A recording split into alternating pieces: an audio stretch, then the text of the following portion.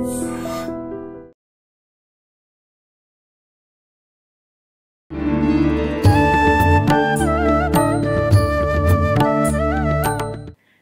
గురుగారు. శ్రీమాత్రే నమః. గురుగారు, చాలా మంది పూజల విషయానికి వచ్చేసరికి ఇంట్లో నిత్యం దీపారాధన చేస్తుంటారు, ఆలయానికి వెళ్ళడానికి వీలు పడదు. అలాంటి వాళ్ళు శివుడికి అభిషేకం చేయాలన్నా లేదా ఇంకా వేరే దేవుళ్ళకి ఎవరికైనా అభిషేకాలు ఇలాంటివి చేయాలన్నా విగ్రహం ఉండాల్సిందే అని విగ్రహాలు తెచ్చి ఇంట్లో పెట్టుకుంటారు. ఎవరో ఒకరు చూసి అలా విగ్రహాలు ఇంట్లో పెట్టడం తప్పు, అసలు నువ్వు పూజలు చేయడం కాదు కదా, పెద్ద దోషము, ఏదో ఒక చిన్న బీజం నాటిపోతారు వాళ్ళకి. దానికి టెన్షన్ పడిపోతుంటారు, నిజంగా విగ్రహం పెట్టుకోవద్దేమో, ఇలా రకరకాల సందేహాలు ఉంటాయి. ముఖ్యంగా శివలింగం ఇంట్లో పెట్టుకోకూడదని అంటారు. మరి శివయ్యకు అభిషేకం చేసుకోవాలంటే ఆలయానికి వెళ్ళడం కుదరదు కాబట్టి ఇంట్లో ఉండాల్సిందే కదా అని ఆలోచించే వాళ్ళు కూడా ఉంటారు. పెట్టొచ్చు అంటారా గురుగారు ఇంట్లో శివలింగం? ఎవరి నమ్మకం మీద ఆధారపడింది. ఇప్పుడు నేను పెట్టచ్చని చెప్పినా వాళ్ళు చూసేవాళ్ళు ఆహా గురుకరణమై పెట్టచ్చన్నారు వాళ్ళు పెడుతుంటే మళ్ళీ ఇంకో వీడియోలో అన్న పెట్టకూడదు చచ్చిపోతారు అంటే తీసి పారేస్తారు, ఏ చెట్టు కింద పడేస్తారు. ఈ మనోధైర్యం ఉండాలి. లేకపోతే ప్రతి ఒక్కరు ఊపిస్తారు. నన్ను నమ్మకండి, వాళ్ళని నమ్మద్దు. మీ గట్ ఫీలింగ్, ఆ శివలింగం లేకుండా నేను ఉండలేను అన్న స్థిరమైన అభిప్రాయం రాండి, ఏమైనా పర్వాలేదు అని ఆ భక్త కన్నప్పలాగా ఆయన నోట్లో నీళ్లు పోసుకుని పుక్కిలించి ఉమ్మేడండి శివలింగం మీద. అప్పుడు ఆయన భావన ఏంటి? నాకు పాపం వస్తుందా? కాలు తీసి పెట్టుకున్నాడు మార్క్ కింద, ఎక్కడా భావం లేదు. నా శివయ్య కంట్లో రక్తం కారుతోంది, నా శివయ్య బూజుపట్టున్నాడు. ఈ భావంతో చేస్తే నువ్వు ఎంత విగ్రహం పెట్టుకున్నా శివలింగం పెట్టుకున్నా, ఆ గుబ్బాలమ్మ అని ఇంత రాయి తీసి పెట్టుకున్నా, ఏ రూపంలో పెట్టుకున్నా నిన్ను రక్షించేవాడే భగవంతుడు. సో నాకు వాళ్ళు చెప్పారు వీళ్ళు చెప్పారు వాళ్ళని బ్లేమ్ చేయడం తప్పు, మనదే తప్పు. ఎందుకు వినాలి? నాకు శివలింగాన్ని పెట్టుకోవాలంటే నీకు ఎందుకు అనుమానం వస్తుంది? శివుడు శ్మశానవాసి. ఆ శ్మశానం నా ఊరు చివరో, ఇప్పుడు ఊరు మధ్యలోనే ఉంటున్నాయి శ్మశానాలు, అప్పుడు ఊరు చివర ఉండేవి. ఊరి మధ్యలోనూ ఉన్న శ్మశానం కాదు ఆ శ్మశానం, ఇది శ్మశానం. దేహంలో ఇది మేర అంటారు, అందుకే విభూతి పెట్టుకుంటాం. అంటే ఏమిటి? ఎప్పుడైనా ఇలా అయిపోవాల్సిందే నేను, ఎవరైనా సరే. అది నాకు గుర్తు తెస్తున్నాడు, వీడే శివుడు. భూత భవిష్యత్ వర్తమాన కాల రూపంలో ఉన్న త్రినేత్రుడే శివుడు. ఎక్కడున్నాడు శివుడు అంటే? శ్మశానం అంటే ఇది కాదు, అది కాదు, ఇది. అది అర్థం చేసుకుంటే నాకు భయం ఉండదు. చెప్పేవాడు శ్మశానంలో ఉన్నాడు, కోపంతో గంతులు వేస్తూ ఉన్నాడు, మనకి భయం శివుడు అంటే. పోనీ మీరు చెప్పారు ఆలయానికి వెళ్తున్నారని, అక్కడ కూడా వెళ్ళకపోతే ఆయనకైనా కోపం వస్తుందని వెళ్ళి వాళ్ళు చాలా మంది ఉంటారు. వెళ్ళాక ఆ ప్రసాదాన్ని మళ్ళీ ఇంటికి తీసుకురాకొద్దా? నిజమైన గురుగారు అంటూ చెప్తున్నాను. ఆకోదట్టా అన్నాను కానీ ఆకోదు అనలేదు. ఆ తెల్ల పువ్వు ఏదో ఇస్తారు, ఇస్తే మరి ఇంటికి తీసుకురాకూడదు అనుకుంటున్నారు మనం. ఇంటికి తీసుకొస్తే అశుభం, శ్మశానం. అది తీసుకెళ్లి నందీశ్వరుని పెడతాడు. అంటే వాళ్ళు పోయినా పర్లేదు, సాడిస్టిక్ ఫీలింగ్ కదా, లాజికల్ గా నువ్వు ఏం చేయాలి? తీసుకెళ్ళి బయట పడేయాలి. నంది మీద పెడితే ఆయన ఇవ్వాలి పాపం. అది ఏం చేయదంటే ఇంటి బయటకెళ్ళి మరి ఎటు చూసినా నువ్వు మనం చేసేది ఎక్కడో ఫాల్ట్ ఉంది. అంచేత ఇక్కడ ప్రాబ్లం ఏంటంటే ఇంట్లో చేసుకుంటున్నానా, వీధిలో చేసుకుంటున్నానా, ఆన్లైన్లో చేసుకుంటున్నా, అది కాదు ప్రాబ్లం. శివుడు అంటే నాకున్న కాన్సెప్చువల్ ప్రాబ్లం, ఇది మా మూలం. దీనికి ఎవరూ కర్తలు కాదు, మనమే కర్త. శివుడు శ్మశానవాసి. శివలింగము అనేది తాంత్రికంగా వేరే అర్థాలు ఉంటాయి, కొన్ని చోట్ల కొన్ని చెప్తారు. అంటే ఆడవాళ్ళు శివలింగాన్ని ముట్టుకోకూడదు, అది పరపురుషోత్త సమానం, అలా ఇస్తారు నిర్వచనాలు. దాని గురించి మనం వెళ్ళకూడదు, తిట్టేస్తారు. అందుకని అలా చెప్పి శివలింగాన్ని ముట్టుకోకూడదు అంటారు. అసలు ఇంకొంతమంది శివలింగానికి అభిషేకం చేయకూడదు, రుద్రం చదవకూడదు, ఆడవాళ్ళు ఏం చేయకూడదు. ఇదేదీ కాదు.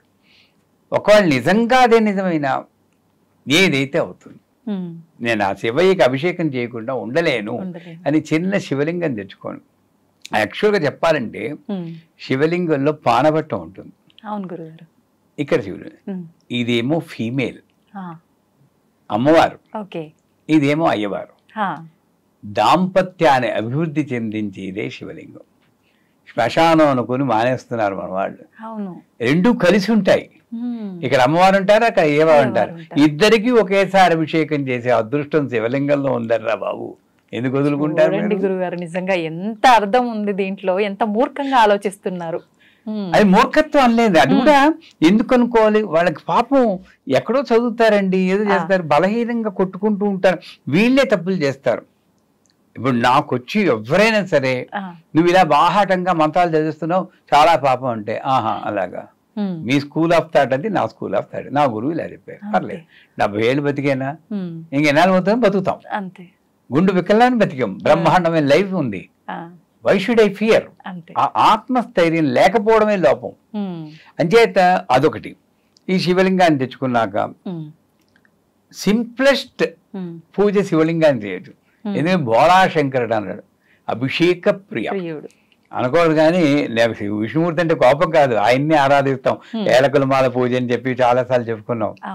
ఆయన అలంకార ప్రియ. ఓహో పూలు దండలు వేసేసి భోగాలు చేసి అలంకారం చేయాలి, భోగాలు చేయాలి. అమ్మవారేమో స్తోత్ర ప్రియ. ఇందాకనేమో షూటింగ్ ముందు అనుకున్నాం, ఆడవాళ్ళని కాస్త పుడితే చాలు ఐస్ అయిపోతారు, అది తెలియక అభివరిస్తున్నారు మా వాళ్ళు అనుకున్నాం. లాజిక్ మిస్ అవుతున్నారు, లాజిక్ మిస్ అయిపోతుంది. కాస్త బాగుంది, ఆ చీర బాగుంది, చాలా బాగుంది అనుకుంటే అయిపోద్ది. అందుకని అమ్మవారు స్తోత్ర ప్రియ, విష్ణువు అభిషేక అలంకార ప్రియ, శివుడు అభిషేక ప్రియ. ఆ అభిషేకం కూడా ఆయనతో పంచామృతాలు పోయి అది పోయి ఇది పోయి అంటలేదు, మనకోదో వెరైటీగా ఉంటే బాగుంటుంది, తృప్తి కోసం చెప్తున్నాం. అందులో గంధోదకంతో చేయొచ్చు, గంధంలో నీళ్ళలో గంధం వేసేయచ్చు, విభూది ఉదకం అంటే విభూది వేసేయచ్చు, రుద్రాక్షలు వేసేయచ్చు, బిల్వాల పత్రాలు వేసేయచ్చు. ఆసకరికి మామూలు మంచినీళ్లు పోసైనా చేయొచ్చు. ఆయనకి కావాల్సింది ఓం నమ శివాయ, భక్తితో కృతజ్ఞత తెలపడమే. అది ఏమి సింపుల్ గా చేసుకోవచ్చు. అటువంటి శివయ్యని చూసి భయపడుతున్నామా? సో హాయిగా శివలింగం ఇంట్లో పెట్టుకోవచ్చు. విగ్రహాలు కూడా మనం అనుకుంటే రావు, కొనుక్కోం మనం.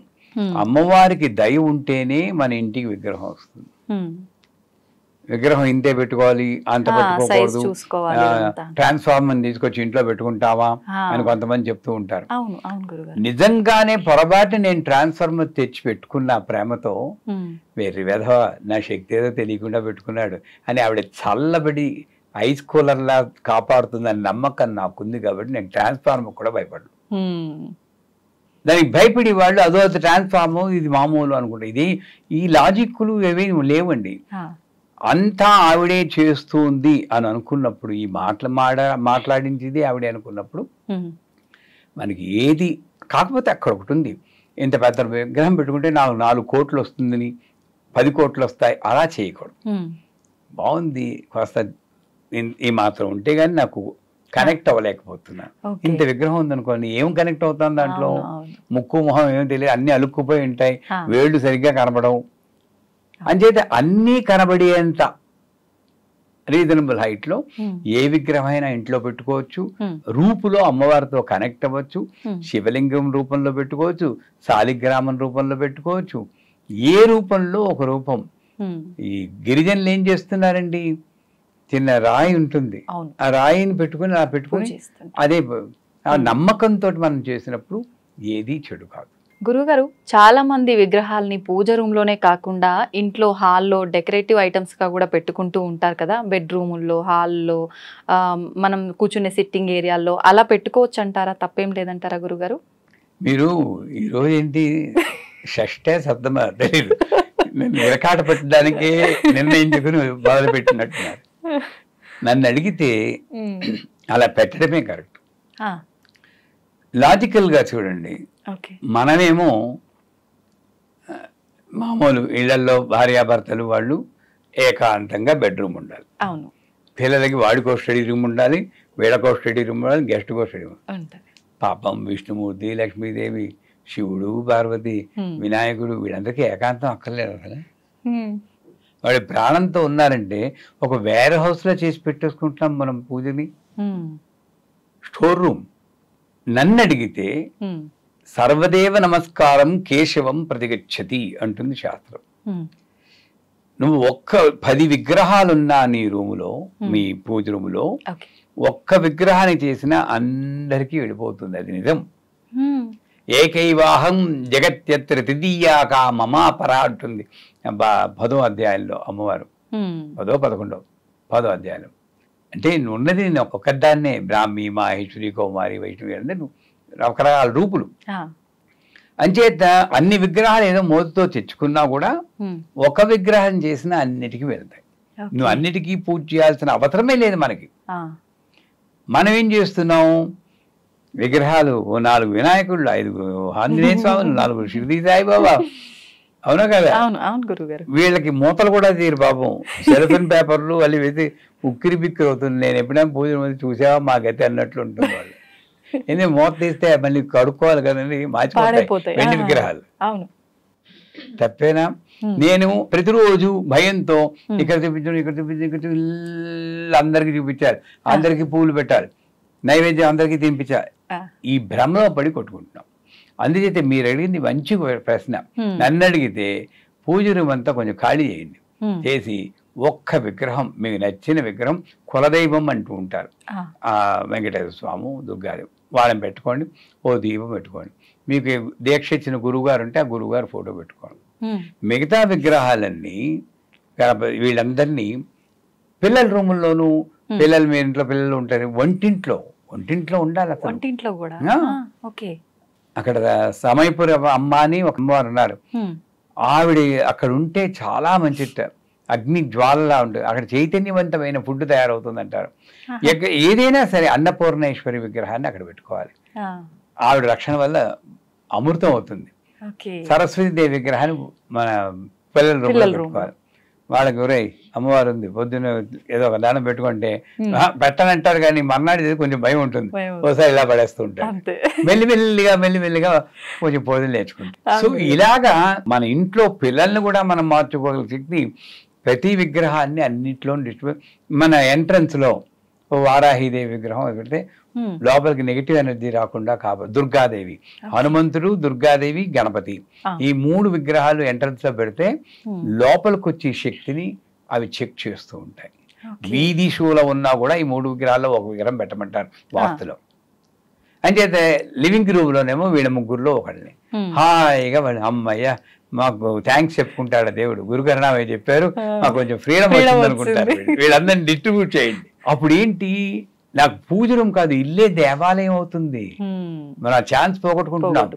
ఇక్కడ మాత్రం నేను ఒకసారి చెప్పాను, అనియన్ అపరిచితుడు అని సినిమా వచ్చింది కదా, విక్రము ఎలా ఉంటాడు, ఇలా తిప్పేటప్పుడు వాడి మారిపోతుంది. మనం అందరం అపరిచితులమే, పూజ గదిలో మాత్రం ఇలా ఉంటాం. బయటకు వచ్చేటప్పటికి ఏమవుతుందని మనకి. అవునవును, నేను ప్రతి రూపులోనూ ఒక విగ్రహం పెడితే ఈ అపరిచితుడు చచ్చిపోతాడు. భయం ఉంటుంది ప్రతి అమ్మో. గురుగారు, ముఖ్యంగా ఇప్పుడు మనం మాట్లాడుకున్నట్టు హాల్లో, ఇంట్లో, వేరే ప్లేస్లలో కాకుండా పూజ గదిలో పెట్టిన విగ్రహాలని మనం కొత్త విగ్రహాలు తెచ్చుకుంటాం. అలా కొత్త విగ్రహాలు తెచ్చుకున్నప్పుడు పాత విగ్రహాలని, పాత దేవుడి ఫోటోలని ఏం చెయ్యాలి అని చెప్పి ఒక సందేహం అయితే ప్రతి ఒక్కరిలో ఉంటుంది గురుగారు. నిజంగా ఆ పాత విగ్రహాలని ఏం చేస్తే బాగుంటుంది అంటారు గురుగారు, తెలియజేయండి. నేనేంటే ఏదో యాదృచ్ఛికంగా ఓ చెయ్యో కాలం విరిగిపోతుంది అనుకోండి, ఆ విగ్రహానికి న్యాయంగా విశాఖపట్నం వెళ్ళారా ఎప్పుడైనా? అక్కడ కనక మహాలక్ష్మి గుడి ఉంది. ఈ 2 చేతులు ఉండవు, మామూలుగా మొండిగా ఉంటుంది. ఎందుకని గురుగారు అలా? అది ముస్లిమ్స్ కాలంలో వాళ్ళు దొంతం చేశారు. 2 చేతులు, చెయ్యి అంగవిహీనంగా ఉంటుంది. మరి అలా పూజలు బ్రహ్మాండమే. అక్కడ పూజ చేస్తే ఇంక కోట్లే మీకు. చాలా బాగుంటుంది, మంచి శక్తివంతం. మరి ఆవిడ చేస్తున్నారు. మన ఇంట్లో విగ్రహం ఒక వేలుకు వచ్చో ఇలా అయినా ప్రారంభిస్తున్నాం. ఎక్కడో తేడా ఉందా? ఎక్కడ మన ఆలోచనలో తేడా ఉంది. ఆలోచనలోనే తేడా ఉంది. పూరి జగన్నాథ విగ్రహం కూడా పూర్తిగా పెద్ద ఏం కనబడదు. సో ఆ రకంగా చూస్తే ఒకవేళ విగ్రహం కొంచెం ఏదో కాస్త విరిగినట్టు అనిపిస్తే మనం బలహీనం కాబట్టి ఎప్పుడు దృష్టి వేలు విరిగింది అనుకుంటాం. ఒకటి దాన్ని మర్చిపోవడానికి కొంచెం పక్కన పెట్టేసి అలాగని పూర్తిగా పాడే వీళ్ళు ఏం చేస్తుంటారు, ఎక్కడ చదువుతారో తెలియదు, ఏ వీడియో చూస్తారో తెలియదు, ఆ విగ్రహాన్ని చెట్టు కింద పడేస్తారు. తప్పేనా? అవును. ఇన్నాళ్ళు నువ్వు పూజ చేసేవా, నీ సంసారాన్ని రక్షించిందా? 1,000 కొంచెం ఇలా అయితే చెట్టు కింద పడేయడం అంత తప్పు. బోరు మండు ఆ దేవుడు, రేయ్ నిన్ను రక్షించింది నేనేం రా, నన్ను బయటపడేసావు రోయ్ అని అంత వేడవుడు. మరి అలా ప్రతి ఒక్కటి కూడా మనం పాడేయకుండా పక్కన పెడుతూ ఉంటే ఒక స్టోర్ రూమ్ లాగా అన్ని నిండిపోయి ఉంటాయి కదా గురువుగారు. తెచ్చుకోవద్దంటాను నేను. ఒక్క విగ్రహం చాలు. వాళ్ళు ఇచ్చారు వీళ్ళు ఇచ్చారంటే నాకు ఇచ్చిన విగ్రహాన్ని మళ్ళీ మీలాంటి వారు ఏదో బర్త్డేకి వస్తే అమ్మ ఇది పెట్టుకు చేసుకోండి, చాలా బాగుంటుంది. ఓ మంత్రం కూడా చెప్పండి, హరి మహాలక్ష్మి అని. మనకి ఇవ్వడానికి భయం. గొప్ప మనసు ఎవరికి లేదు గురువు గారు, అంత గొప్ప మనసు లేదు. ఎందుకంటే భయం నాకు. లక్ష్మీదేవి విగ్రహం ఇస్తే సంపద అంతా పోతుంది. నిజమే. సో నా సంపద నాకు ఇక్కడ లేదు, విగ్రహాల్లోనే ఉంది. అంతే. ఇవన్నీ కాన్సెప్చువల్ మిస్గివింగ్స్ అంటారు. అంచేత ఒక్క విగ్రహం పెట్టుకోండి, ఎక్కువ విగ్రహాలు తెచ్చుకోవద్దు. ఆ ఒక్క విగ్రహం కూడా కర్మగాలు ఏదైనా చిన్న భంగం అయితే పక్కనే పెట్టండి. ఆ విగ్రహానికి మీరు పట్టించుకోకలేదు, కొత్త విగ్రహాన్ని పెట్టండి. అంతేగాని బయట పారేయద్దు. ఆవిడ ఇంట్లో ప్రధాన దేవత, ఇంటికి అధిష్టాన దేవత, ఇంటి యజమాని. యజమాని ఎలా తరుగుతామమ్మా? చెట్ల కింద విగ్రహాలు, ఫోటోలు అన్ని పడేస్తూ ఉంటారు. చాలా భయంకరమైన పాపం అది నన్ను అడిగితే. ఎవడు ఇన్నాళ్ళు రక్షించాడో వాడిని కారుణ్యం లేకుండా పడేస్తాడు. అంచేత విగ్రహాలు, కొత్త విగ్రహాలు అసలు తేవడమే తప్పు. కొత్త విగ్రహాలు ఎందుకు తెస్తున్నారు? ఇది బాధపడిపోయింది అని కాదు. కొత్త విగ్రహాలు ఎందుకు తెస్తున్నారు అది రీజన్. లేదు ఇది విరిగిపోయింది, ఓకే, వ్యాలిడ్ రీజన్. అప్పుడు ఆ విగ్రహాన్ని అక్కడే పెట్టి కొత్త విగ్రహాన్ని ఇక్కడ పెట్టుకోండి. మళ్ళీ దానికి పువ్వు పెట్టాల్సిన పని లేదు. మీకు అంతకీ మైండ్ ఇదైతే పూరిలో 12 ఏళ్లకోసారి ఆ శక్తిని తీసి ఇంకో విగ్రహంలో పెట్టేస్తారు. మీకు తెలుసా? విన్నాను గురువు గారు. ఈ పాత విగ్రహాన్ని తీసి శ్మశానాన్ని తీసుకెళ్ళిపోతారు. అక్కడ భగవంతుడికి శ్మశానం ఉంది, అక్కడ పెట్టేస్తారు. ఈ విగ్రహం ఇంకా దీంట్లో శక్తి లేదు. పోనీ అదేదైనా మీకు తెలుసుకుని ఈ పాత విగ్రహం ఉన్నది మయా ఆవాహితేభ్యో సర్వదేభ్య దేవతాభ్యం అని చెప్పి ఇలా చూపించి దీంట్లో ప్రవేశించుగాక అని చెప్పి మైండ్ దాంట్లో సెట్ అయిపోయి ఇంకా అది మామూలు వేగి అలాగనే చేసుకో, ఏదో చేయండి. కానీ విగ్రహాన్ని మాత్రం, పాత విగ్రహాన్ని బయట పారేయకూడదు. గురుగారు, మనం చేసే పనుల వల్ల మనకు పాపపు కర్మలు, రకరకాల కర్మలు వస్తుంటాయి అంటారు. మరి ఆ కర్మల నుంచి మనం బయటపడాలి అంటే ఖచ్చితంగా ఆధ్యాత్మిక మార్గంలో నడవాలని, ఎక్కువగా భగవత్ ఆరాధనలో ఉండాలని చెప్తుంటారు కదా. ముఖ్యంగా మనం చేసే పూజలకి ఫలితం రావాలన్నా కూడా ప్రత్యేకమైన తిథులు, పర్వదినాల్లో చేసే పూజలకి ఎక్కువగా ఫలితం వస్తుంది అని చెప్తుంటారు కదా. అలా చూసుకుంటే శ్రావణ మాసం, ఈ మాసం అంతా కూడా మనకి ఎంతో ముఖ్యమైన పండుగలు, పర్వదినాలు, ప్రతి ఒక్క వారం, ప్రతి ఒక్క తిథి కూడా ఎంతో ముఖ్యమైన తిథిగానే చెప్పుకుంటాం. మరి ఈ మాసాన్ని మనం ఏ రకంగా ఉపయోగించుకోవచ్చు అంటారు? ఎటువంటి పూజా విధానం ఆచరించవచ్చు అంటారు గురుగారు? తెలియజేయండి. బాగా ఆకలేసిన వాడికి పంచభక్ష పరమాన్నాలు పెడితే ఎలా ఉంటుందో, ఆషాఢంలో కొట్టుకుని వాడికి శ్రావణం వస్తే ఎలా ఉంటుంది. ఆషాఢం శూన్యమాసం, ఏ పండగ ఉండదు. రిలేషన్షిప్ కూడా డిస్టర్బ్ అవుతుందని అత్తగారు కొత్త కోడలు కూడా ఒక గడపలు దాటకూడదు అంటారు. అంటే ఏమిటి ఇది? ఎంతను ఆ టైంలో నేచర్ నుండి వచ్చే శక్తి ఆల్మోస్ట్ నల్. మనకి నేచర్ లేకపోతే మనం బతకలేం. నువ్వు భగవంతుని మనం నమ్మినా నమ్మకపోయినా ప్రకృతి రూపంలో ఉన్నటువంటి అంతరా వ్యాపించిన శక్తే భగవంతుడు.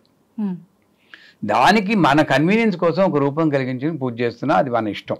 ఆ శక్తి నాకు కొన్ని రోజుల్లో, కొన్ని పంచమి, దశమి, ఏకాదశి, చతుర్దశి, పౌర్ణమి, ఈ రోజుల్లో చాలా తీవ్రంగా మనకి బాగా హెల్ప్ చేస్తూ ఉంటుంది. అలాగే ఆషాఢ మాసం అనేది శూన్యమాసం అంటారు. ఆ మాసం పూర్తిగా ఈ నేచర్, ప్రకృతి నుండి వచ్చే శక్తి కొంచెం మినిమల్లో ఉంటుంది. దాని తర్వాత శ్రావణం అంటారు. మీరు శ్రావణం అన్న పదం కొంచెం చూసి శ్రవణంలో వచ్చింది శ్రావణం. నారద భక్తి సూత్రాల్లో శ్రవణం, కీర్తనం, వందనం, మధ్యనం వస్తారు 9 నవవిధ భక్తి మార్గాలు ఉన్నాయి. వినికిడి ఫస్ట్, అంటే అప్పుడే మొదలవుతుంది ఈ సంవత్సరంలో. ఆధ్యాత్మిక క్యాలెండర్ లో మొట్టమొదటి పూజలన్నీ అప్పుడు మొదలవుతాయి. తొలకరి జల్లు అప్పుడే పడుతుంది, పంటలు అప్పుడే పండుతాయి. శ్రవణం, శ్రవణం ఎవరిది? విష్ణుమూర్తి యొక్క నక్షత్రం. విష్ణుమూర్తి నక్షత్రం. అందుకే ఈ మాసంలో విష్ణుమూర్తి లక్ష్మీదేవి యొక్క పూజలు చేసుకుంటే చాలా మంచిది అంటారు. ధన్యవాదాలు గురుగారు. నిజంగా చాలా మంచి విషయాలు ఎంతో అర్థవంతంగా మా అందరికీ అర్థమయ్యి మేమందరం విని పాటించే విధంగా చెప్పారు. ధన్యవాదాలు గురుగారు. శ్రీమాన్.